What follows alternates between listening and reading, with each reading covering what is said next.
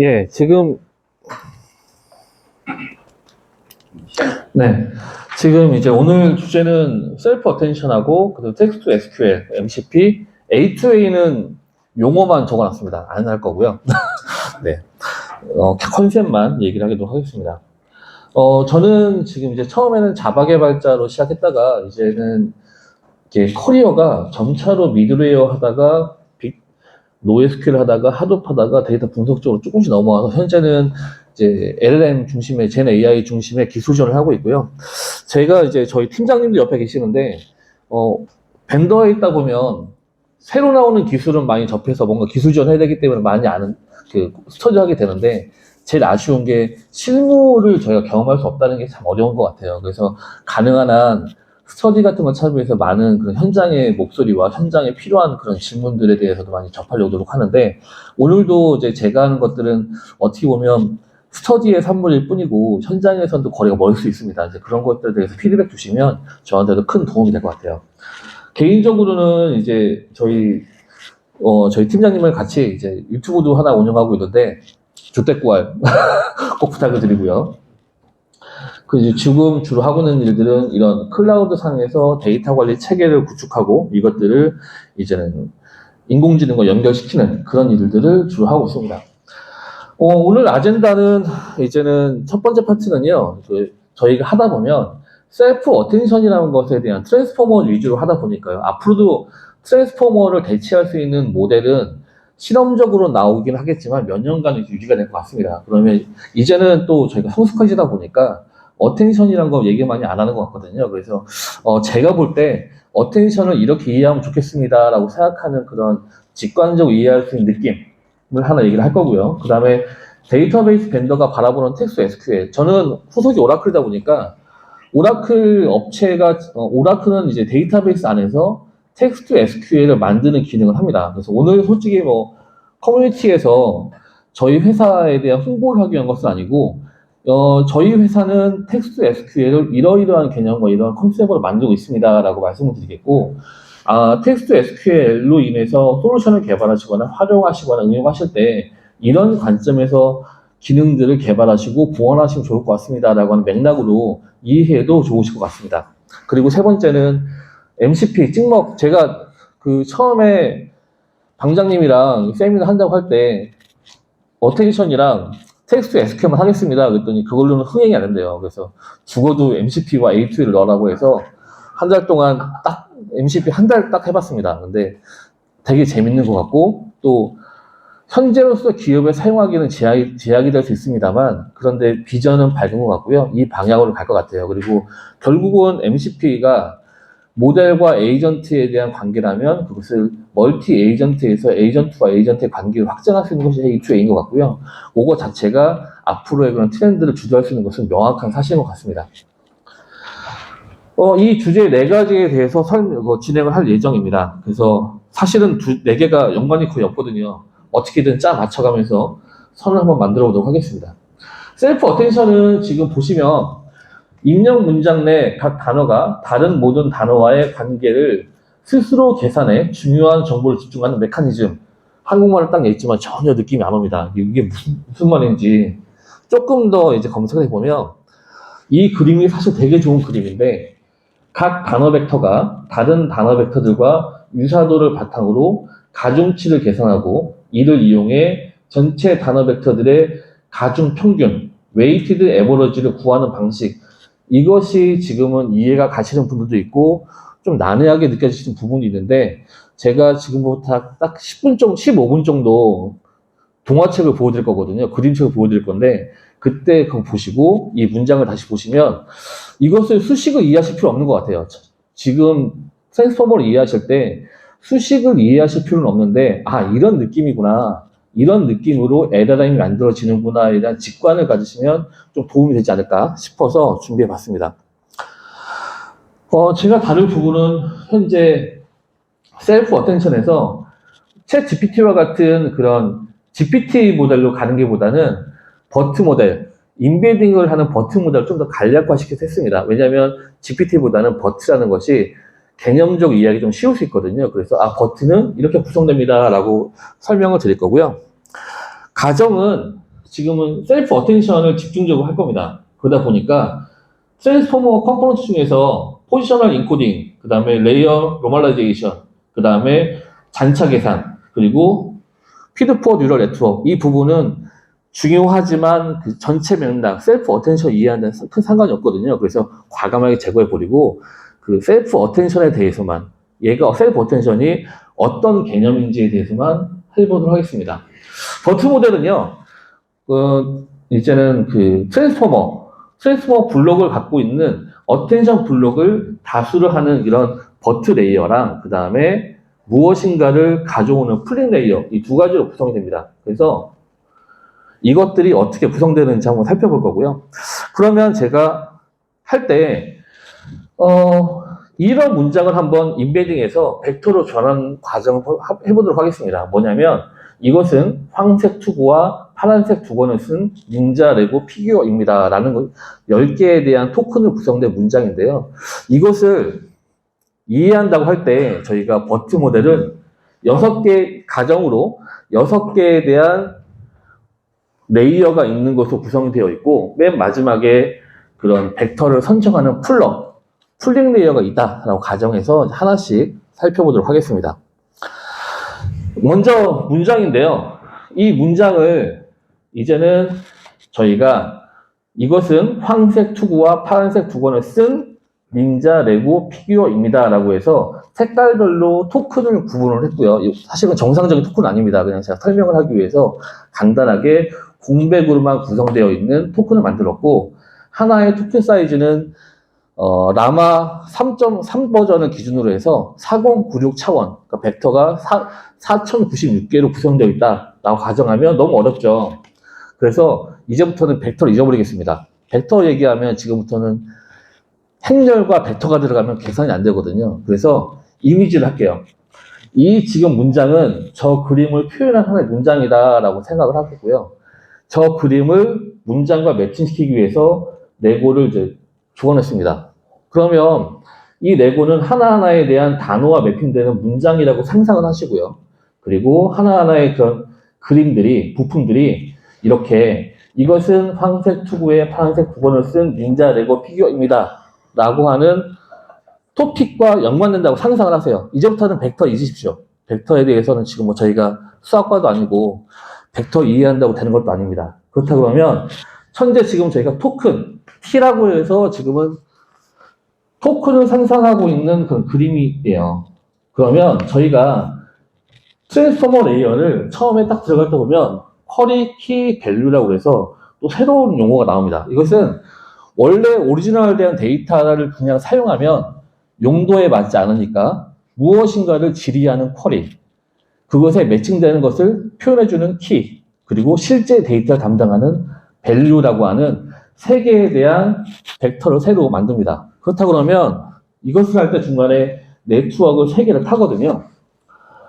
그럼 저희는 앞부분에서 T라는 것을 10개의 토큰으로 만들었고요. 각각의 부품은 쿼리 네트워크를 통과하면 약간 붉은 계열의 쿼리 모양들이 생성됩니다. 요게 하나가 나오고요. 얘네들은 나와 비슷한 형질에 있는 것들을 조회하는데 적합한 형태로 약간 모양이 바뀐 그런 형체예요. 토큰이에요. 두 번째는 이것들을 쿼리가 나왔을 때 나는 너랑 비슷한 놈이야 라는 것을 강조하기 위해서 만든 것이 키입니다. 그리고 그 중에서 최종으로 이제는 밸류, 나는 내 실제 값은 이거야 라고 해서 하는 밸류, 10개의 토큰은 처음에 입력을 될 때 쿼리 키 밸류라고 해서 10개씩 새로 만들어지고 총 30개의 토큰이 만들어집니다. 그럼 저희 네트워크에 들어갈 때 CLS, 처음에 이제 클래시피케이션의 약자고요. 문장이 시작합니다라는 것을 하는 스페셜 토큰이 맨 앞에 들어가고 각각의 입력으로 쿼리 키 밸류 하면서 10개가 공간이 할당되고 맨 마지막에 문장이 끝났습니다라고 종료가 돼요. 요게 이제 시작입니다. 요게 인풋이에요. 요게 인풋이면 저 알 수 없는 어텐션 쿼리 키 밸류는 소프트맥스 쿼리 키의 곱에 D를 나누는 것에 그다음 그것을 V로 곱한다 라고 하는 좀 희한한 수식이 이루어지는데요. 이 수식을 말로 표현하면 문장을 구성하는 토큰을 서로 비교해서 관계성을 비율을 계산하고 해당 비율에 밸류를 곱해서 비율이 지정된 밸류를 모두 더한다. 이것도 참 한국말인데 이해 안 갑니다. 그래서 이게 지금부터 따라오시면 아 저런 느낌이었어? 라고 생각하시면 돼요. 먼저 입력이 이렇게 된다라고 말씀드렸잖아요. 입력이 그렇게 되면 이 부분에서 이제 작업을 들어가겠습니다. 그래서 처음에 단순화하기 위해서 지금은 단순하기 위해서 스페셜 토큰 CLS랑 SAP는 제거할게요. 10개 토큰만 갖고 처리하겠습니다. 그래서 처음에는 쿼리와 키에 대해서 유사도 비슷한 것을 측정하는 방식으로 연산을 해줍니다. 벡터 내적이라고 하는데요. 이렇게 되면 처음에는 첫 번째 토큰이었던 투구가 각각에 있는 위치에 있는 토큰들의 키와 비교를 합니다. 비교를 하면 벡터의 내적을 하면 3.0, 0.6, 0.6, 0.6, 0.6 제가 편의상 같은 토큰에 위치한 것들은 비중이 높고 비슷하게 당연하겠죠. 같은 놈은 비중이 크겠죠. 근데 다른 위치에 있는 토큰들하고는 비율이 그냥 동일하다라고 계산 편의상을 가정을 했습니다. 그러면 3.0이고 6.0이에요. 이때 이렇게 계산이 나오면 이것을 유사도 결과를 소프트맥스를 입력해서요. 얘를 키와 밸류 간의 비율로 조정한다. 소프트맥스는 다른 건 아니고요. 무슨 비율이 있으면 나와 다른 거에 그 비율을 합이 1인 퍼센테이지로 조정해 줍니다. 그러니까 아까 전에 3.0과 0.6은 나는 유사도가 55%, 너는 5%라고 하는 것을 대치가 될 수 있어요. 소프트맥스는 이것처럼 비율 조정할 때 쓰면 편하거든요. 그러면 지금 명확해졌죠? 저 쿼리는 다른 토큰들과 비교해서 자기 자신과는 55%의 비율을 갖고 있고 나머지는 5%만 비슷하네 라고 비율을 갖고 있습니다. 그러면 이 비율을 아까 만들었던 벡터에다가 그 밸류에다 곱해요. 그러면 지금 들어갔을 때 이 단어는 다른 것들과 비교해보면 이렇게 해서 기존에 있는 각각의 위치에 있는 밸류들과 곱하면 벡터 크기가 저렇게 55%, 5%, 5%로 줄어들겠죠. 크기가. 이렇게 줄어들면 이게 가중치를 적용한 값으로 변환되거든요. 이것을 냅다 저 투구는 다른 것들과 비교를 어떻게 하냐면 냅다 더해버립니다. 더해버려서 하나의 그런 출력값을 만들어요. 그러면 이게 어떤 식으로 변하냐면 이 투구는 다른 것과 전체에 비교했을 때 여기에 대해서 이런 형태의 유사성을 갖습니다라고 해서 다른 흔적을 가져요. 나의 본체는 밸류인데 그렇지만 나의 주변에 있는 다른 토큰들과도 5% 정도 비슷하기 때문에 이것들 다 해서 제 스멜이 다른 것의 데이터와 같이 하는 그런 형태로 만들어집니다. 요게 사실은 어텐션의 전부예요. 그러면 얘를 전체적으로 요 순서를 돌리잖아요. 그러면 두 번째는 얼굴, 세 번째는 팔, 손, 몸통, 뭐뭐뭐 해서 사실은 각각의 나는 부품에 있던 것들이 주위에 있는 벡터 값의 비율이 적용돼서 합쳐져서 만들어지기 때문에 주위에 있는 스멜, 주위에 있는 어휘, 주위에 있는 느낌이 저 안에 포함됩니다. 이 순간부터는 감정의 사과와 과일의 사과는 주위 단어들의 뉘앙스 때문에 완전 달라져요. 원래는 동음, 이어는 원래 벡터는 같지만 이때부터 달라지는 거죠. 그래서 주변의 컨텍스트를 함의할 수 있는 형태로 만들어진다. 이 과정을 한 바퀴 돌았잖아요. 그러면 얘를 이제는 출력으로 다음 레이어를 보내버립니다. 트랜스포머의 의미는 문장에 대한 것을 의미를 정확히 파악할 수 있도록 계속 변환시키면서 다음 레벨을 보내버리겠다라는 취지가 강합니다. 그래서 지금은 이렇게 했다가 일로 가면 넘어가고 해서 계속 레이어를 타고 넘어가요. 넘어가면 6개의 레이어를 타고 넘어갔다 할 때 맨 마지막 레이어에서는 지금은 좋은 트랜스포머 모델이다 라고 가정하면 맨 마지막에 출력됐을 때 이미지를 상상해보면 이런 이미지가 나올 것 같아요. 뭐냐면 이런 이미지. 나는 투구인데 몸통에 있는 형광색 얼굴을 갖고 있고 파란색 바지를 갖고 있는 닌자의 얼굴에 결합되는 투구야. 나는 얼굴인데 투구와 몸통을 연결하는 투구야. 나는 손인데 닌자에 대한 피규어의 오른손이야. 나는 팔이야. 나는 몸통이야. 나는 왼팔이야. 왼손이야. 다리야. 골반이야. 오른다리야. 이와 같은 형태로 모양이 바뀐다는 거죠. 그러면 이것을 이용하면 맥락 정보가 명확하고 닌자라는 것이 규명되어 있고 역할과 의미가 한정되어 있는 벡터 값으로 변하는 거예요. 그럼 이미지가 되면 이것이 최종 모습이다. 그러면 이 토큰, 이렇게 나와 있는 토큰과 이렇게 나와 있는 토큰은 맥락상 정보를 완전하게 파악할 수 있다라는 의미로 바뀌거든요. 그래서 이러한 형태로 주변에 있는 의미를 함의할 수 있는 벡터로 만드는 과정이 트랜스포머의 레이어고 트랜스블록의 의미다라고 판단이 좋을 것 같아요. 그래서 앞에 어텐션이라는 표현을 단순하게 주위에 있는 것과 비교해서 유사도의 이 비율을 만들고 그것에 대한 합을 통해서 주변에 있는 값이 가중치가 적용된 나의 값으로 만들겠다. 이게 어텐션의 끝입니다. 이제 여러분들은 어텐션을 다 이해하셨어요. 그러면 앞부분에서 CLS라는 의미가 또 필요해요. 아까 스페셜 토큰이라고 빼놨다고 했는데 그럼 저 CLS는 뭐냐 한다면 쟤는 문장이 시작됩니다라는 의미를 갖거든요. 그러면 이 CLS는 기본적으로 모든 다른 단어들과 관계성이 아마도 제가 생성할 때는 동일할 겁니다. 왜냐하면 단어의 의미가 없고 문장이 시작한다는 의미를 갖기 때문에. 그래서 CLS에서 동일한 작업을 하잖아요. 그러면 CLS 토큰은 어떤 의미를 갖냐면 저거 보시는 것처럼 얘는 비중이 없어요. 모든 것에 대한 평균의 의미를 좀 갖습니다. 그러니까 모든 것에 대한 값들이 평균을 두기 때문에 나는 중립적이고 평균값이야 라고 하는 의미를 갖게 되거든요. 그러면 저희가 이 상태가 됐을 때 맨 마지막에 CLS 토큰에 대해서 이제는 의미를 시각화해 본다면 아마도 나는 이런 의미야. 전체적으로 이런 모습을 갖고 있는 파트가 평균적으로 이렇게 만들어져 있어. 라고 하는 어디에도 치우치지 않지만 모든 요소를 다 갖고 있는 평균의 의미를 갖겠다라고 하는 것이 CLS의 의미가 될 것 같아요. 그래서 이런 형태로 벡터가 만들어지고요. 최종 저희가 이제 인베딩 모델, 문장을 벡터로 하나 치환하는 모델은 보시면 맨 마지막에 풀러라고 하거든요.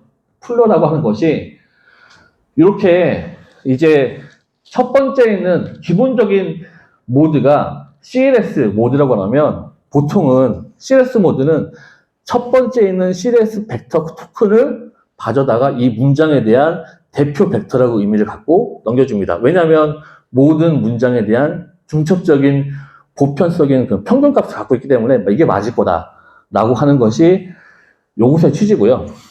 두 번째는 그거 못 믿어. 나는 각각의 차원에 있는 벡터가 4096개라면 각각의 차원에 있는 것 중에서 맥스풀링 가장 민감하고 가장 센 녀석만 가져갈 거야. 아니면 나는 이 중에서 CLS도 있지만 나는 CLS 평균보다는 각각에 있는 레이어의 평균이 더 평균에 가깝다고 생각해. 그래서 나는 각각의 차원에 대한 평균을 가져갈 거야. 이 두 가지 의미로 맥스 풀링을 하거나 CS 풀링을 하거나 민 풀링을 합니다. 이제는 인베딩 모델이라는 것 자체는 이와 같은 형태로 구성이 된다라고 이제 생각을 하실 수 있어요. 그것에 들어가면 저희는 고민을 하게 됩니다. 이렇게 만들어지는 벡터 인베딩이 정확할까? 사실은 정확할 수가 없습니다. 이제 이것들이 이런 의미를 갖기 때문에. 그래서 사실은 인베딩 모델도 파인 튜닝을 해서 내 도메인에 맞는 그런 반응을 가져가는 형태로 인베딩 모델 파인 튜닝을 하면 성능이 좋아진다. 대신에 일반화 성능은 떨어지지만 나의 비즈니스에 특화되어 있는 모델에 대해서 되게 더 정확해진다 라고 하는 흐름으로 만들어지기 때문에 인베딩 모델도 이렇게 보셨으면 좋을 것 같아요. 그런데 앞부분에서 웨이티드 에버러지라고 있잖아요. 그 얘기는 본체에 대한 원본 데이터의 의미가 좀 축소되거든요. 그러니까 이렇게 말하면 원본 데이터 의미가 좀 아리송해질 수 있습니다. 그 경우에는 그러면 원본 데이터의 데이터를 유실되는 것을 감안하고라도 줄이더라도 차라리 관점에 대해서 여러 개의 관점으로 만들면 좋지 않아? 라고 해서 아예 퀄리티 밸류를 만들 때 사이즈는 좀 작게 해서 여러 개를 만들고 여러 개를 만들어서 맨 마지막에 합쳐버립니다. 이렇게 되면 하나의 그림 안에 다각적인 그런 관점이 들어가서 형성되기 때문에 더 좋아진다라고 해서 이것이 멀티헤드 어텐션입니다. 그러니까 제가 앞부분 말씀드렸던 것은 헤더가 하나인 싱글헤드 어텐션을 말씀을 드렸고요. 실무에서는 이와 같은 식으로 멀티헤드 어텐션을 얘기를 합니다. 그러면 다시 이 그림을 보죠. 각 단어 벡터가 다른 단어 벡터들과 유사도를 바탕으로 가중치를 계산하고 이를 이용해 전체 단어 벡터들의 가중평균을 구하는 방식. 아까하고 지금하고 느낌이 약간 달라서 레고 피규어의 형상이 만들어지면서 레고가 모양이 형성되는 상상하셨다 그러면 그게 정답이고요. 이게 어텐션의 핵심이 될 것 같아요. 그게 이해했다면 어텐션에 대한 느낌적인 느낌, 어텐션에 대한 구동 메커니즘을 약간 더 하시면 될 것 같고요. 요게 사실은 이미지를 다차원 벡터와 그 다음에 다차원 그런 행렬로 하면 이게 처리가 되는데 이렇게 되면 너무 상상이 어렵거든요. 그래서 나중에 이게 또 영상도 공개되고 할 테니까 요것을 한번 이렇게 리마인드 해보시면서 아 이런 식의 곱이고 이런 식의 비교고 이런 식의 흐름이다 라고 하는 것들 한번 해보시면 어텐션을 스터디 하실 때 조금이라도 시간이 절약되지 않을까 싶어서 요것을 달았습니다. 자 그러면 이렇게 해서 이제 셀프 어텐션에 대한 말씀을 드렸고요. 그런데 저희가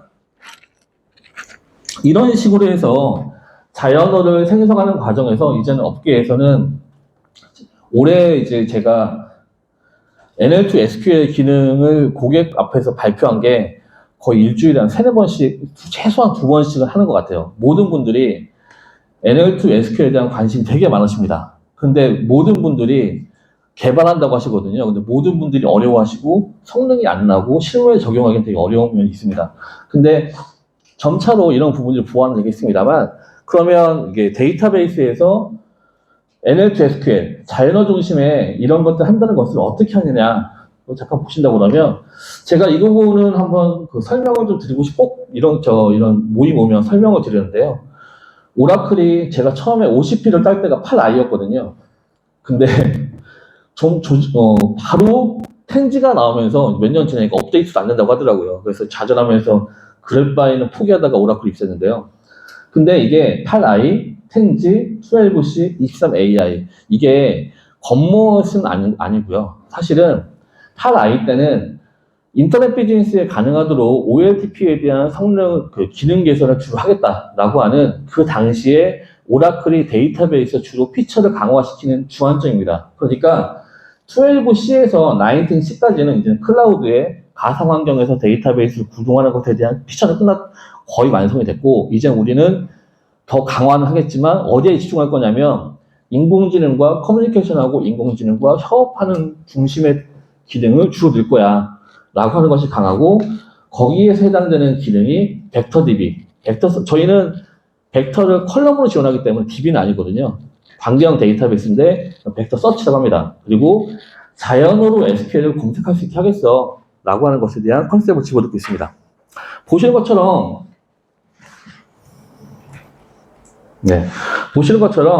프롬졸이 없는 Select AI라고 하는 새로운 문법을 하나 만들었어요. 그래서 뒤에다가 자연어를 붙이면 얘가 처리가 됩니다. 디폴트는 Run SQL이고요. Run SQL은 자연어를 SQL을 변환시켜서 쿼리로 생성해서 실행하고 결과를 보여줍니다. 그리고 Select AI, Show SQL 그러면 해당하는 것들을 실행하지 않고 SQL로만 생성해서 보여줍니다. 이게 이제 보여주는 것은 파싱이 된, 컴파일이 돼서 정상적으로 동작하는 SQL만 반환이 됩니다. 이제 컴파일이 안 된다고는 보여주지 않죠. 그리고 중요한 것은 나레이트가 있는데요. 나레이트는 이렇게 만들어놓은 결과를 테이블 형태가 아니라 자연어 형태로 보여줍니다. 이렇게 해서 보여줍니다. 그래야지, 근데 왜 굳이 테이블이 아니라 제이슨이 아니라 자연어냐? 이 부분은 자연어로 보여줘야 이 부분이 LLM과 연동해서 효율성을 발하거든요. 그러니까 지금 보시는 오라클 데이터베이스에서 보는 유저는 프로그램, 그러니까 프로그램에서 SQL 때릴 수 있으니까 프로그램, 또 하나는 사람, 분석가와의 사람, 세 번째는 LLM. LLM에 대한 그 주요 액터가 올라갔기 때문에 LLM과 커뮤니케이션하는 것은 제이슨보다는 더 중요한 것은 말이다 라고 해서 말로 표현할 수 있게 하는 거고요. 그리고 이런 부분에서 이제는 explain, 튜닝하신 분들은 많이 보셨을 텐데 이제는 SQL을 생성하는 과정에서 생성이 어떻게 되는지에 대해서 explain, 떠보는 explain SQL 생성이 됐고요. 내부적으로 array도 지원하거든요. 그래서 show prompt, 그래서 프롬프트가 어떻게 되는지, 그리고 SQL에서 지정되어 있는 LLM을 다이렉트로 커뮤니케이션 할 수 있습니다. 챗, 이와 같은 모드로 해서 여러 가지가 있는데 오늘 주로 볼 것은 run SQL, show, 그 다음에 narrate, 이 세 가지로 주로 보겠습니다. 이게 저희 동작 방식인데요. 이 부분에서 저희가 프롬프트가 이제는 사람이 이러이러한 그런 데이터에 대해서 입력하겠습니다. 조회해주세요라고 합니다. 그러면 오라클 데이터베이스는 그 입력을 받아서 지정되어 있는 프로파일을 보고 테이블 명세를 보고 테이블에 대한 이름, 컬럼에 대한 이름 것을 포함시켜서 너는 이러이러한 테이블을 조회할 수 있는데 사용자가 원하는 것은 이런 쿼리가 왔어. 그러면 이것들이 어떤 테이블이 대상이 될까라고 LLM한테 던집니다. 그럼 LLM이 테이블이 이겁니다라고 와요. 그럼 데이터베이스가 그러면 이 컬럼에 대해서는 이러이러한 테이블에 대한 컬럼이 있고 오라클 데이터베이스의 딕셔너리에 있는 다양한 정보들, 그 다음에 커멘트에 있는 보조적인 정보들 이런 것을 포함시키고요. 더 중요한 것은 이렇게 됐을 때 데이터베이스가 조인을 한다 그러면 조인 타입을 보고서 이러이러한 조인이 필요하겠어라고 조인에 대한 문법들, 그리고 만약에 월별 통계를 계산해 주세요, 월별 합계를 계산해 주세요 그런다면 데이트 컬럼이다 하면 데이트에서 월을 뽑아내는 빌트인 펑션의 퓨샷 혹은 바차에서 텍스트에서 월을 뽑아내는 그런 파싱하는 그런 빌트인 펑션, 이런 예제들을 다 보내줘서 이것을 보고 원하는 쿼리를 제대로 작성해 달라라고 보내서 컴파일 합니다. 그러니까 이것이 결국은 N스텝 RAG가 될 수밖에 없고요. 이제는 NL2 SQL로 솔루션을 개발하시는 분들을 보면 이제는 뭐 여러 사례가 나오지만 대부분 여기서 처리가 됩니다. 근데 여기서 중요한 것은 테이블과 테이블의 메타 정보를 확인한 것은 기본이고요. 더욱 중요한 것은 그 사이에서 빌트인 펑션을 어떻게 사용해서 내가 원하는 쿼리를 어떻게 만들겠느냐, 그리고 조인을 어떤 개념으로 해서 어떻게 해서 비용을 최소화시키면서 조인을 하겠느냐, 이것에 대한 정확한 이그젠플 퓨샷을 넘겨주는 것, 이것이 굉장히 성능에 중요한 것이고 이것에 대해서 이제 저희가 처리하고 있습니다. 그래서 이것들을 show SQL, run SQL, narrate 해서 narrate는 다시 한번 LLM을 보내요. 이것을 말로 만들어줘. 그래서 이런 것들을 처리할 수 있도록 만드는 플로로 되어 있고 NL2 SQL을 만드는 모든 현존하는 현재 과정들은 이것을 얼마나 효율적으로 메타 정보를 정확하게 전달해 주느냐, 그리고 LLM과에 대한 것들을 하느냐 문이 있습니다. 자, 그러면 데모로 해서 잠시 데모를 보여드리도록 하겠습니다. 지금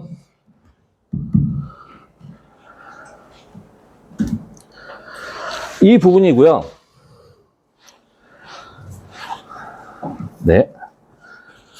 지금 이제 저희가 데모를 두 개를 보여드릴 건데, 하나는 오라클 데이터베이스에 있는 기본 스키마인 세일즈 히스토리를 보는 거예요. 얘가 지금은 8개 테이블에 대해서 한 128개 정도의 컬럼을 있거든요. 얘는 사실 무슨 말인지 잘 모르겠습니다. 너무 어렵고요. 근데 제가 이것을 처리할 때 어떻게 할까 고민하다가 오라클이 프로파일 하나 만든다고 했거든요. 이 프로파일 되게 중요합니다. 여기 보시면 지금은 OCI에 라마라고 하는 프로파일을 만들 거고, OCI에서 SH 스키마에 이런 테이블들 대상으로 자연어를 변환하겠다라고 말하고, 모델로는 라마의 400OB를 쓰겠다. 지금은 제가 욕심이 좀 있어서 채로 키웠습니다. 그리고 이런 식의 어떤 옵션을 넣는데 지금은 커멘트를 사용하겠다, 지금은 컨스트레인트를 사용하겠다, 혹은 나중에 더 많은 옵션들이 있거든요. 이런 것들을 사용해서 지금 프로파일을 하나 만들어 보겠습니다. 지금은 저희는 데모를 하기 위해서 저는 오픈 AI를 좀 만들었어요. 그 내부보다는 차라리 오픈 AI를 하나 만들어서 지금 처리를 했고요. 자, 그러면 이 상태에서 쿼리를 때린다 그러면 보시는 것처럼 DB에서 이렇게 챗해서 어떤 LLM과의 지금은 오픈 AI, 챗 GPT 지금 4.5B 이거 그 4.5를 쓰고 있고요. 그러면 얘를 이용해서 커뮤니케이션 할 수도 있습니다. 그리고 뭐 영어와 프롬프트 개념을 좀 넣어서 한국어로 말하면 할 수 있겠죠. 그리고 사실은 이것을 왜 보여드리냐면 챗에다가 이렇게 해서 하면 뭐 랭체인이라든지 뭐 별도 약 없이 SQL로 해당 그 데이터베이스와 그 LLM과 연동할 수 있다. 그리고 이런 부분이 SQL에서 이런 연동하는 기능을 넣으면 이거 자체가 완전한 프롬프트 형태에서 SQL 중심으로 RAG에 대한 프롬프트 엔지니어링을 할 수 있다라고 하는 가능성을 보여주는 거거든요. 그럼 보시면 이것에 처리가 돼서 노퀴존에 대한 항공사에 대한 답변을 보는 그리고 레퍼런스를 뒤에 달아주는 것을 볼 수가 있습니다. 이와 같은 형태가 가능하다 보여주시고요. 저희는 이제 앞에 Select AI, Run SQL, Show SQL 보여줄 텐데 간단하게는 이런 식으로 저희가 처리할 수 있을 것 같아요. 그래서 상품 몇 개야? 72개. 그 SQL 뭐야? 그러면 이제는 얘는 반환한 것은 이렇게 문장을 반환하기 때문에 이와 같은 SQL 생성이 된다. 그리고 그 다음에 나레이트를 한다 그러면 지금은 72개가 문장으로 나오겠죠. 이와 같은 형태가 될 겁니다. 이것을 조금 더 이제 구체적으로 한번 해본다면 복잡한 걸 해본다 그러면 이런 게 될 것 같아요. 제가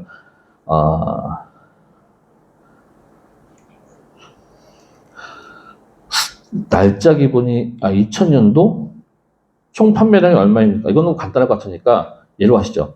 2000년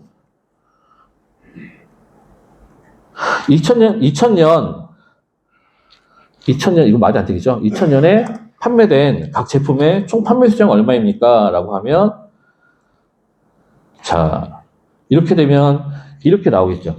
그러면 얘를 이제는 다시 한번 좀 바꿀까요? 2000년 월별 판매된 각 제품의 총 판매량은 얼마입니까? 라고 한다면 좀 더 나와서 데이터가 생성이 되겠죠.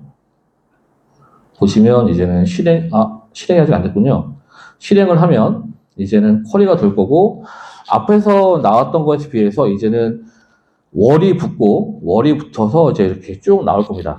그러면 이게 데이터가 이렇게 나왔네. 쿼리도 이렇게 나와서 조인이 됐네.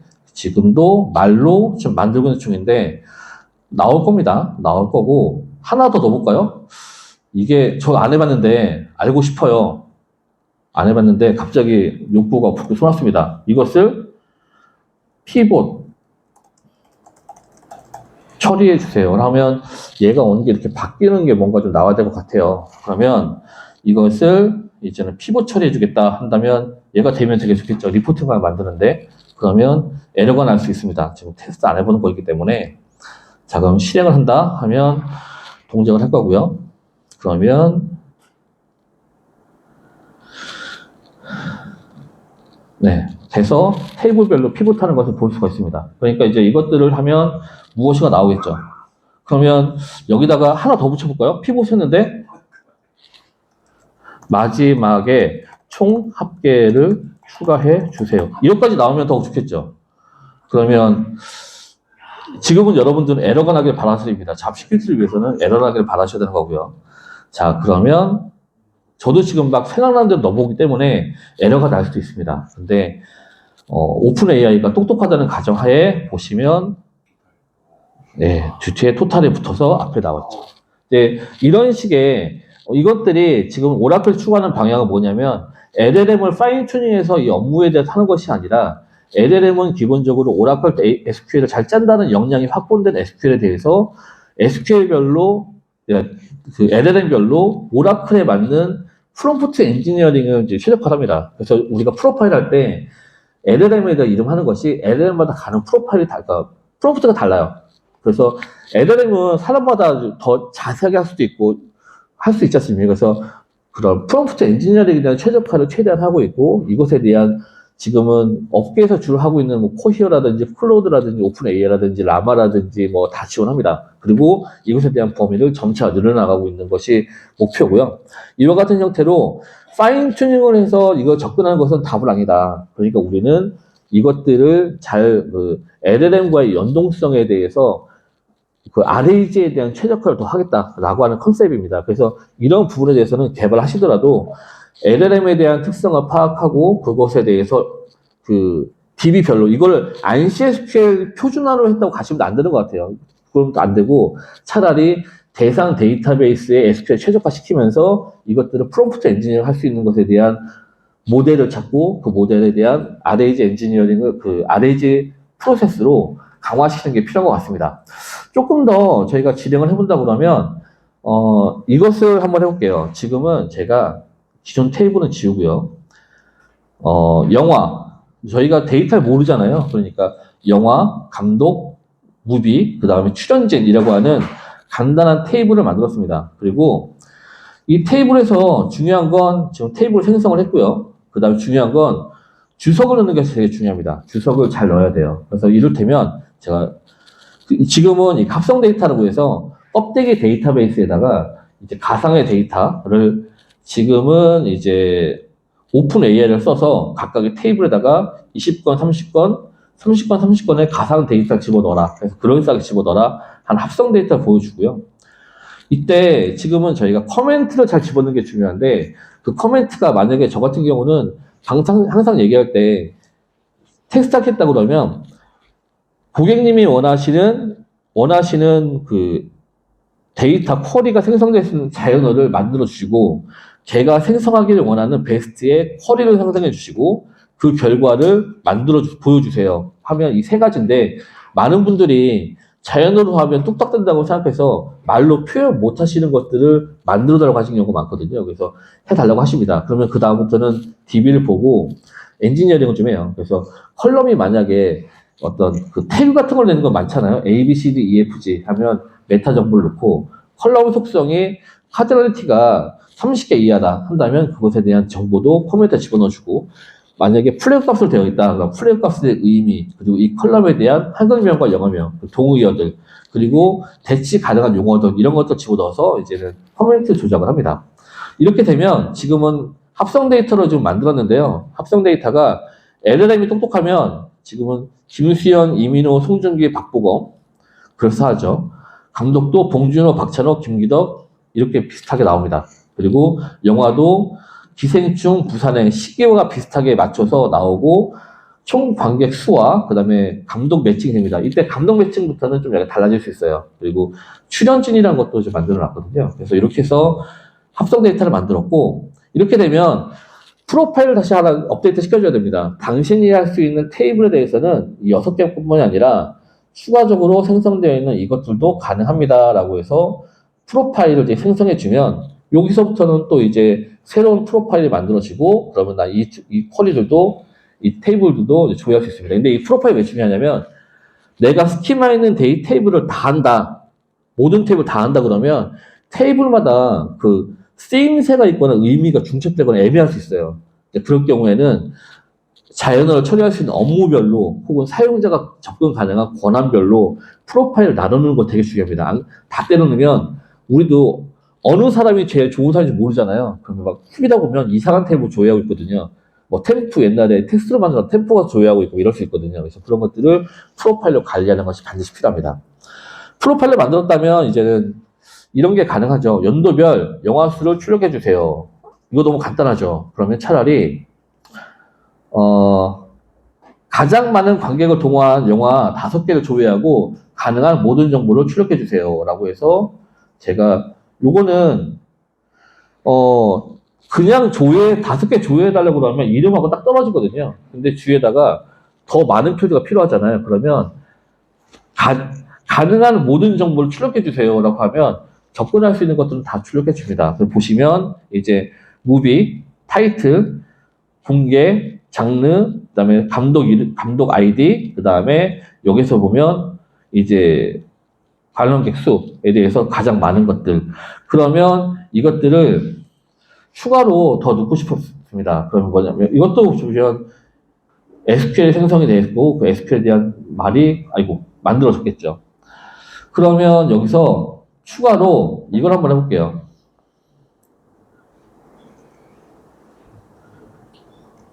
가장 많은 관객을 동원한 영화 5개를 조회하고 가능한 모든 정보를 출력해주세요. 추가로 출연 배우 이름을 액터 컬럼에 출력해주세요.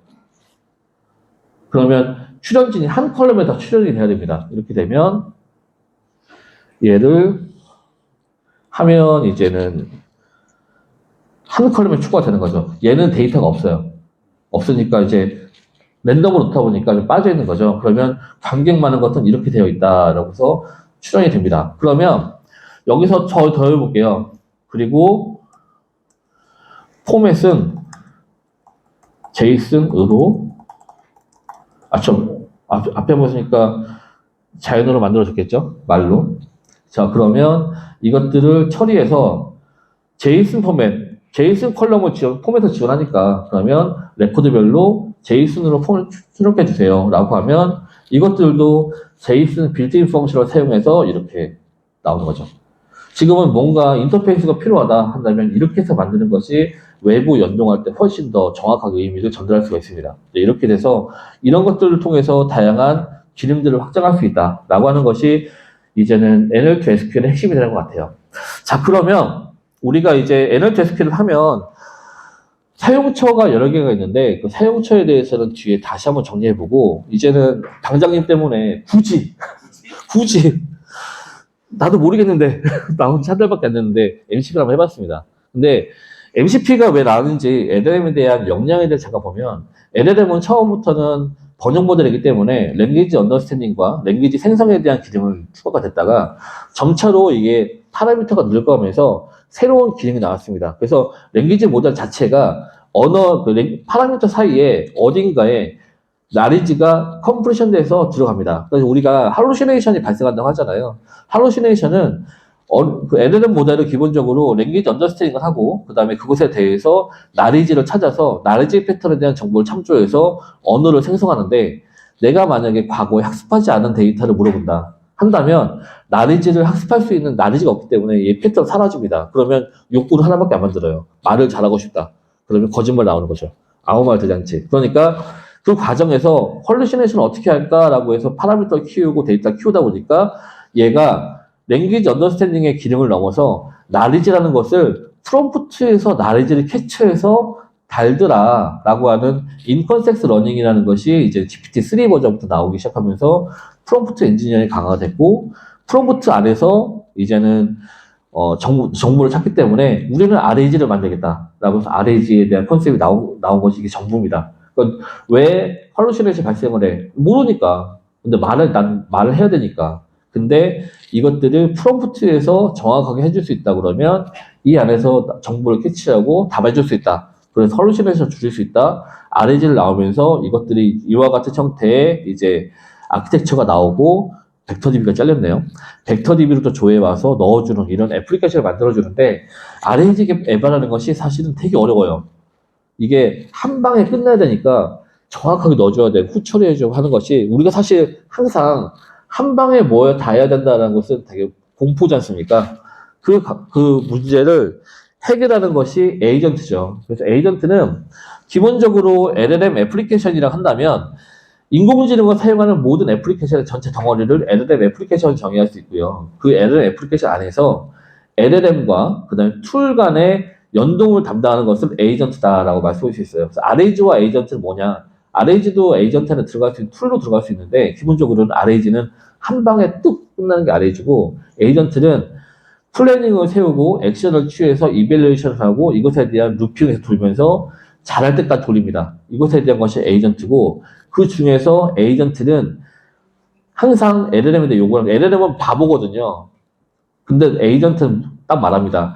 너는 이러이러이러한 도구를 쓸 수가 있는데 이 도구를 쓸 수 있는 것은 이러이러한 용도에 쓸 수 있어. 근데 내가 이런 질문을 답하는데 네가 답할 수 있으면 답을 달고 답할 수 없으면 특정 도구를 호출하는 스키마라는 정보 체계를 반환해줘. 그럼 나는 그 호출해서 넣어줄게. 그리고 네가 다시 답할 수 있으면 돌고 돌다가 가능하면 답해줘. 라고 하는 뒤에서의 노고달기는 그 커뮤니케이션을 담당하는 그런 것이 에이전트고 그 다음에 툴은 외부와 연동하는 관계라고 보시면 좋을 것 같습니다. 그래서 기본적으로 툴, 메모리, 플래닝이라는 형태로 이제 나왔고, 앞부분에 말씀하신 것처럼 펑션 콜링, 이것에 대해서 펑션으로 디자인하면 이것도 호출할 수 있게 만들겠다라고 하는 것이 툴을 사용하는 방식이었습니다. 이런 것들을 사용하다 보면 결국은 프로그램을 따면서 제가 포문을 돌면서 이것이 제대로 될 때까지 내가 LLM이 툴 사용에 대한 스키마를 뱉느냐, 혹은 툴이 아니라 메시지를 뱉느냐에 따라서 에이전트 계속 확인하다가 툴 호출하면 호출해주고, 아니면 하다가 일정 시간 넘으면 그 스레드를 종료시켜서 타임아웃 걸리게 만드는 것이 LLM의 목표였거든요. 하다 보니까 얘도 너무 복잡한데, 복잡한 이유가 내가 툴을 만들었다면 이 툴을 사용하는 것이 그 LLM 애플리케이션을 담당하는 프레임워크마다 다 다르다. 그러니까 이것을 하나 만든 놈은 나 잘 만들어서 확산시키고 싶은데, 이거 하려면 프레임워크 애들한테 굽신굽신해야 되고 우리 빌트인 툴로 만들어 달라고 해줘야 되는 거죠. 그래서 이것들을 그러면 우리 표준화 시켜보자. 통신을 한 번 만들면 어디서나 동일하게 만드는 프로토콜을 만들어 봐서 이것들을 한 번 만들면 누구나 동일하게 사용할 수 있는 방식, 그리고 통신하는 채널을 만들면 재사용성이 높아지지 않겠냐 해서 만든 것이 MCP라고 보시면 좋을 것 같고요. 이런 MCP를 만드는 엔트로픽이라든지 구글이라든지 하는 업체들은 이것들에 대해서 SDK를 만들어서 이제는 에이전트 SK, 클라이언트 SK, 서버 SK를 만들어서 처리할 수 있게 만들겠다. 사실 이게 끝이고요. 지금은 MCP 툴 만드는 게 경험해 보신 분들은 되게 간단한 거네. 안 해보신 분들은 신천지네. 근데 이거는 조만간 누구나 웹 검색을 다, 예전에 저 2000년 초반에는 인터넷 검색사는 직업이 있었거든요. 그런 거 없잖아요. 이제 한 두 달 지나면 누구나 다 가는 게 될 겁니다. 지금은 아니지만 범용기술 될 수밖에 없는 편한 툴인데, 그런데 얘네들은 HTTPS 기반의 그런 XRPC 기반으로 통신을 한다라는 것이 기본적인 프로토콜인데요. 우리는 이것보다는 많이 툴들도 나와 있고 쓸 수 있는 것도 많은데 과연 어떻게 쓸 수 있느냐, 그리고 우리가 하는 것이 다 이거거든요. 예제가 구글 맵, 구글 서치, 위키피디아, 웨더 뭐 이런 것들을 해서 정보를 한다고 하는데요. 전 느낌이 안 오더라고요. 그래서 저는 한번 이제 데모를 만들 때 사실은 이거를 스트림릿으로 해서 에이전트 프로그램 하나 만들려고 노력을 했거든요. 근데 사실은 데모할 때 뽀다구가 많이 안 나는 단점이 있었습니다. 그래서 어제까지 하다가 지금부터 차라리 그 에이전트 프롬프트 엔진이라는 거 잘하는 것에 대한 것보다 잘 만들어진 거 쓰자라고 해서 넣어놨고요.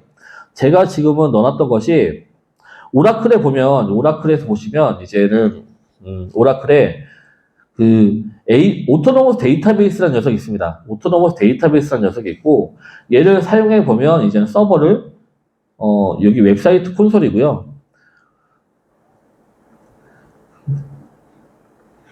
이제 보시면 데이터베이스인데 두 개는 떠 있고 두 개는 종료된 것을 볼 수가 있습니다. 그래서 이렇게 목록을 조회하고 이것들을 실행시키는, 죽이는 기능을 간단하게 만들었습니다. 그래서 간단히 만든 코드가 보시면 지금은 OCI 툴이라고 해서 이 코드고요. 안 보이시죠? 지금은 보시면 기본적인 저희가 다루는 인증 관련된 부분이고요. 얘를 엔트로픽이 만들었던 패스트 MCP를 만들었고, 그 다음에 MCP 툴이라고 등록하시면 얘가 툴로 등록이 됩니다. 그리고 여기다가 주석을 잘 다셔야 돼요. 얘가 이제 전공이 돼서 이 정보로 이제 그 에이전트가 호출해 주거든요. 그러면 OCID 그 특정 코드로 이제는 서버를 스타트 시키는 한 펑션, 툴, 죽이는 툴, 그 다음에 전체 목록을 조회하는 툴. 조회하는 것들은 속성은 ID, 라이프 사이클, 생성 시간, 이거 딱 3개만 넣어놨습니다. 더 이상 넣어놓지 않고요. 딱 3개만 만들었어요. 제일 쉽게. 그리고 실행하는 것은 얘를 SSE라고 해서 서버 모드로, 포트를 열고 있는 서버 모드로 띄울 수 있습니다. 근데 지금은 서버 모드보다는 로컬에 할게요. 로컬에 하면 얘가 에이전트 할 때 그냥 파이썬 명령해서 실행을 시키거든요. 그래서 스탠다드 IO로 처리가 되는 처리 방식인데, 얘를 보면 지금 보시면 할게요. 그러면 제가 ADB의 모든 서버 목록을 조회해 해줘. 이렇게 할 때 제가 그 전에 설정 보면 사전에 지금은 개발자 모드에서 지금 OCI 툴로 해서 지금 설정을 미리 넣어놨습니다. 그래서 보시는 것처럼 아까 전에 특정 OCI 툴이랑 파이썬은 실행시키는 명령을 좀 넣어놨고요. 이렇게 되면 얘가 에이전트가 그때그때 실행합니다. 아니면 서버로 SSE로 했다면 얘를 서버 주소를 달면 서버로 가서 데이터를 가져옵니다. 자, 그러면 지금은 기본적으로 구성이 됐다 하면 이제는 네, 클로드에서 ADB에 모든 서버 목록을 조회해줘. 해주면 네, 이렇게 해서 조회 목록 나오는데 나 지금 조회하려니까 얘를 써야 되라고 해서 확인하는 게 들어갑니다. 얘는 이제 보안적인 측면에서 클라이언트가 제공해 준 것이겠고요. 이렇게 돼서 정보를 조회해 줍니다. 그래서 하나하나 조회해 오죠. 그러면 자, 그러면 제가 얘는 사용 가능한 거잖아요. 그래서 얘도 사용 가능하니까 얘를 죽여줘.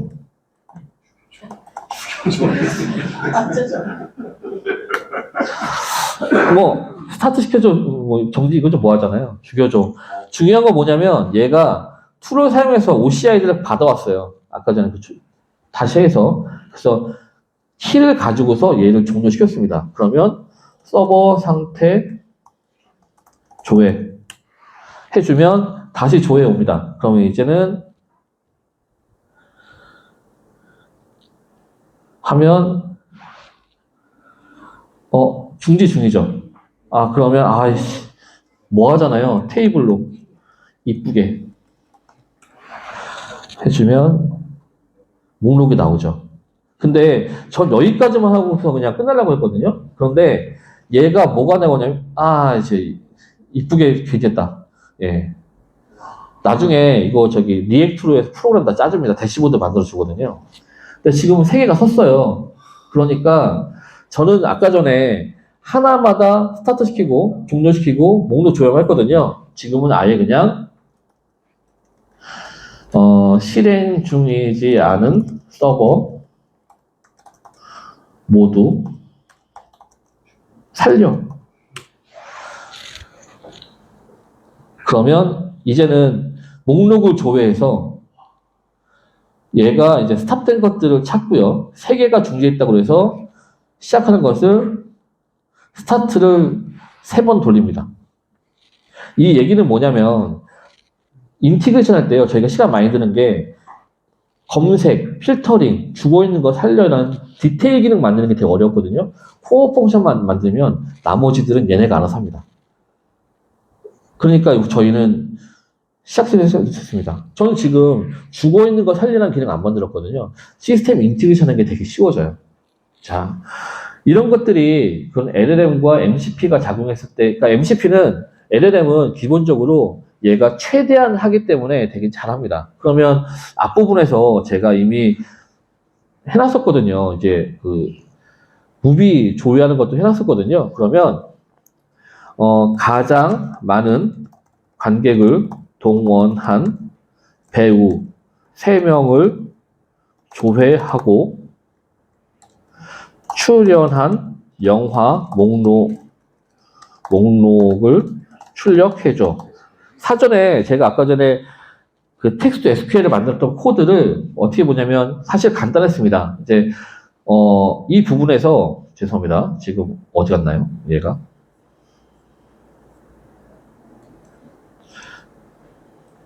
제가 이제 아까 앞부분에서 그러면 우리가 DB에 있는 기능은 어떻게 붙이지? 라는 이름으로 해서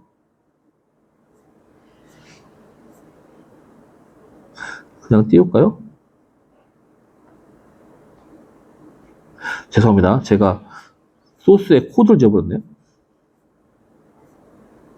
하도 이것저것 띄워놓다 보니까 사라졌습니다.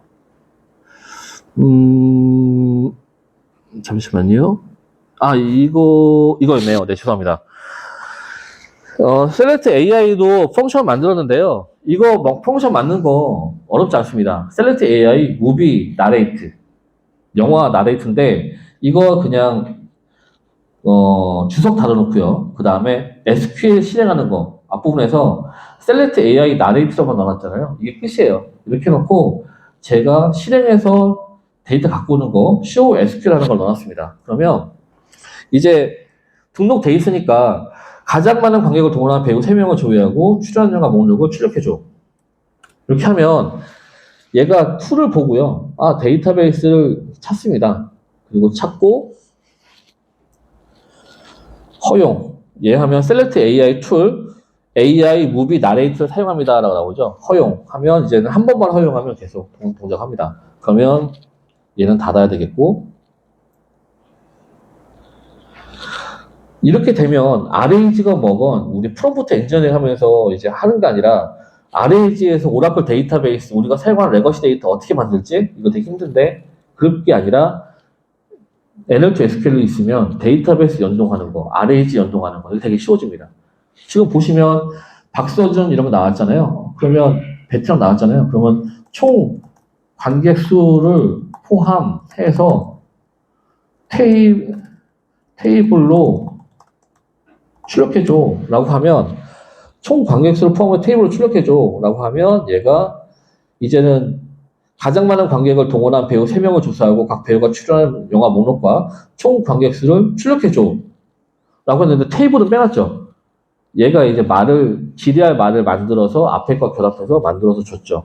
그리고 이제는 테이블로 생성해줘 하니까 이제는 관객수 포함시켜서 이제 영화가 나왔습니다. 이제 이러한 방식으로 데이터를 조회하는 것도 이제 가능합니다. 근데 제가 또 하나에 대한 요청을 좀 얼마 전에 이거 고객한테 시연해달라는 거예요. 근데 어제 받았던 건데,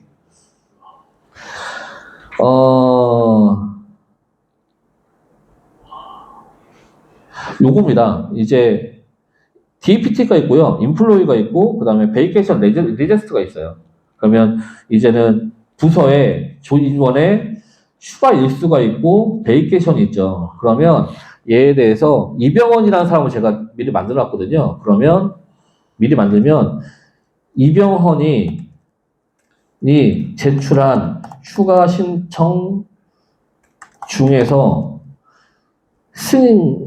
휴가 신청 조회라고 하면 이 테이블에서 지금은 이병헌은 아이디가 아니거든요. 그러면 이 테이블에서 이병헌에 대한 아이디를 조사한 다음에 4번 넘버 조사한 다음에 얘에 대해서 휴가 신청에 대한 것들을 이제는 조회해 옵니다. 그러니까 자 1번, 2번 근데 승인, 신청, 반려가 있죠. 신청이 있죠. 그러면 이거 좀 헷갈리잖아요. 그러면 여기서 이제는 지금 아까 제가 4번 넘버를 안 넣었는데 4번 넘버 조회에 와서 하고 겁니다. 조인을 한 거죠. 그러면 이병헌이 신청한 휴가에서 승인된 것을 기준으로, 사용 일수와 자녀 일수를 확인해줘. 이러면 이제 쿼리를 때려서 인플로이에 있는 날짜랑 그 다음에 신청한 것들을 해서 신청한 날짜가 프롬프트로 되어 있거든요. 프롬프트의 기간을 산정해서 얘가 갖고 와주는 거죠. 쿼리로 하면 좀 몇 번 돌려야 되는 쿼리입니다. 그러면 이제는 이병헌은 지금 딱 승인된 건 한 건밖에 없거든요. 그러면 이제 보시면 승인된 휴가일수는 6일이고요. 자녀 휴가일수는 13일입니다. 언제 기준되어 있습니다. 이런 거 이제 나오는 거죠. 그러니까 이게 이제 이런 식으로 챗봇을 돌릴 때 그 NL2 SQL을 하면 쿼리를 어떻게 짜야 되는 게 아니라 활용성이 되게 좋아지고요. 지금은 이게 RAG 같은 거 전혀 안 쓴 거거든요. 광경 데이터에서 하는 겁니다. 이런 것들을 하기도 좋아집니다. 근데 제가 지금 이제 시간이 넘어가니까 화면을 뜬 것을 미리 보여드리면, 요거고요. 근데 짜증나는 건 이런 게 더 아까 전에 대시보드 있잖아요. 야, 너무 이쁘게 좀 오밀조밀하게 이쁘게 좀 만들어봐 라고 하면 아까 전에 서버 목록 만들면서 이렇게 리액트로 만들어 줍니다. 이건 좀 시간이 좀 걸려요. 그리고 텍스트 SQL 연동할 수 있죠. 그리고 잔여 잔차 같은 거 뽑아올 수 있죠. 그 다음에 얘가 지금 안 했는데 이거 시간이 좀 걸려서 제가 안 했습니다. 근데 얘를 컷에다가 넣었어요. 아까 전에 MCP를. 근데 왜 어떤 MCP를 넣었냐면 나레이트가 아니라 show SQL을 MCP로 넣었어요. 그래서 제가 가장 많은 관객을 동원한 영화와 영화 배우, 관객 수를 조회하는 SQL을 생성하고 이 SQL을 이용해서 데이터를 조회하는 스트림립 프로그램을 작성해줘. 혹은 파이썬 프로그램을 작성해줘. 그러면 쿼리 조회에 와서 이 쿼리로 프로그램 작성해 줍니다. 그러니까 이제는 코드 생성 툴이 좋으니까 이제는 데이터베이스에 있는 쿼리를 생성해 주면 이걸 해주겠죠. 또 하나의 방법은 쿼리를 생성해서 실행하면 그 컬럼별로 메타 정보가 나오지 않습니까? 그 메타 정보를 다시 뽑아요. 출력해서 그걸로 다시 넣고 프로그램 짜라 그러면 폼 같은 거 다 만들어 줍니다. 그러니까 이제 이런 식으로 이제는 MCP는 사실은 열심히 일하겠다는 마음 먹은 놈이 에게 툴을 주면 얘가 엄청나게 열심히 일한다는 컨셉이에요. 근데 제가 이게 다음이 문제인데, 네, 다음이 문제입니다. 근데 얘가 그러면 장밋빛만 있느냐? 장밋빛 말고, 근데 방장님이 그러시더라고요. 안 되는 게 있으면 더 좋아. 나한테 돈 버는 계기가 돼. 라는 말씀해 주셨다. 이게 감명 깊었는데요. 안 되는, 뭐가 문제인지를 찾아야 되겠죠. 근데 보면 얘가 일을 너무 열심히 하는데, 제가 여기서 제목이, 그러려고 한 게 아닌데요. 뭐냐면, 제가 데이터베이스 죽였습니다, 미리. 죽인 상태에서 총 영화수를 조회해 주세요. 라고 했더니, 얘가 DB 상태를 확인해 보고요. 얘가 죽은 걸 확인했어요. 그러더니, 지가 띄워요. 그리고서 영화수를 조회해 와요. 난 이걸 원치 않거든요. 근데 이게 툴을 막심하게 줘버리면 얘가 그 툴을 어떻게 쓸지 몰라요. 또 이게 문제가 되냐면 프로파일이란 것을 해서 인플로이를 조회하는 것과 셀러리를 조회하는 걸 떠났거든요.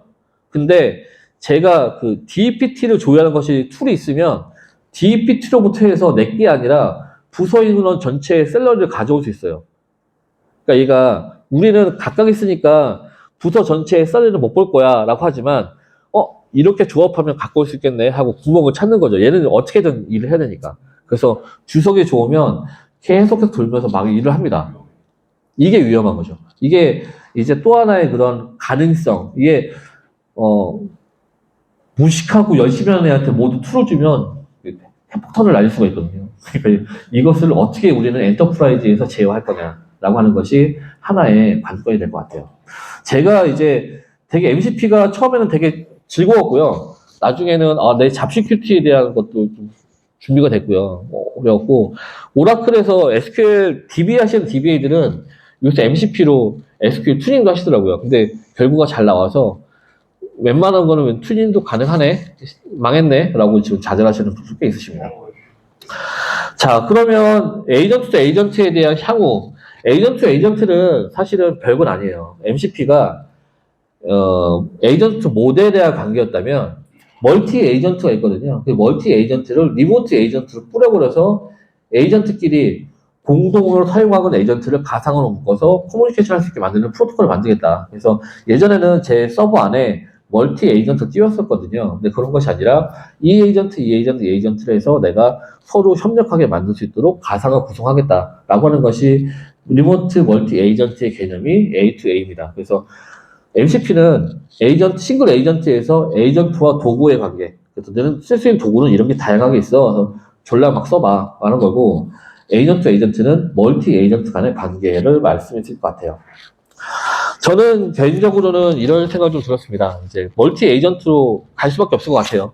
그리고 이게 하나가 다 하는 것보다는 RAG가 한 방에 다 하겠다고 되게 어려웠거든요. 근데 싱글 에이전트가 나 혼자 돌면서 다 하겠다. 이거 되게 어려워요. 근데 커맨더, 라이터, 컬렉터 이밸류에이터 이 세 가지를 두고서 에스티메이터 세 가지를 두고서 평가하고 수집하고 작성하고 명령 내리고 하는 것들 룰을 주면 얘네들도 유기적으로 동작할 수 있습니다. 근데 그 과정에서 얘가 전체가 다 똑똑한 제가 한 곳에서 서버에서 다 하려면 LLM을 쓸 수 있는 게 한정되고요. 그러면 똑똑한 LLM한테 다 맡겨야 되겠다가 되는데 멀티 에이전트로 가버리면 리모트 에이전트 가버리면 사실 팀장이 똑똑할 필요 없거든요. 무지컨이 명령 잘 내리면 돼요.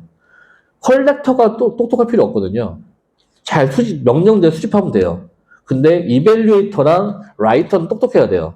그러면 모든 것을 다 하는 것이 아니라 적소에 그런 LLM을 한다 그러면 지금은 딥식에서 나왔던 그런 모델 디스틸레이션을 이용한 그런 고도화된 스몰 LLM의 컨셉은 앞으로도 계속 유지가 될 것 같고 이 멀티 에이전트에서는 우리가 그런 말 하지 않습니까? 1번부터 9번까지 2대5 쓸 거냐 1번부터 9번까지 도로 잘하는 2대0 쓸 거냐 아니다. 적재적소에 맞춰야 된다. 그 컨셉에 대한 맞춤형이 이루어질 것 같고요. 그 과정에서 스몰 LLM이라는 것이 많이 대두가 될 것 같습니다. 두 번째는 전 엠파렌 같은 것들, 워크플로우 담당하는 것들은 처음에는 야 얘네들은 그냥 뭐 ETL 같은 거 잘하려고 만든 거 아니야? 라고 폄하했거든요. 근데 MCP 하다 보니까 MCP의 흐름이 도구를 너무 많이 오픈해 놓으면 우리 회사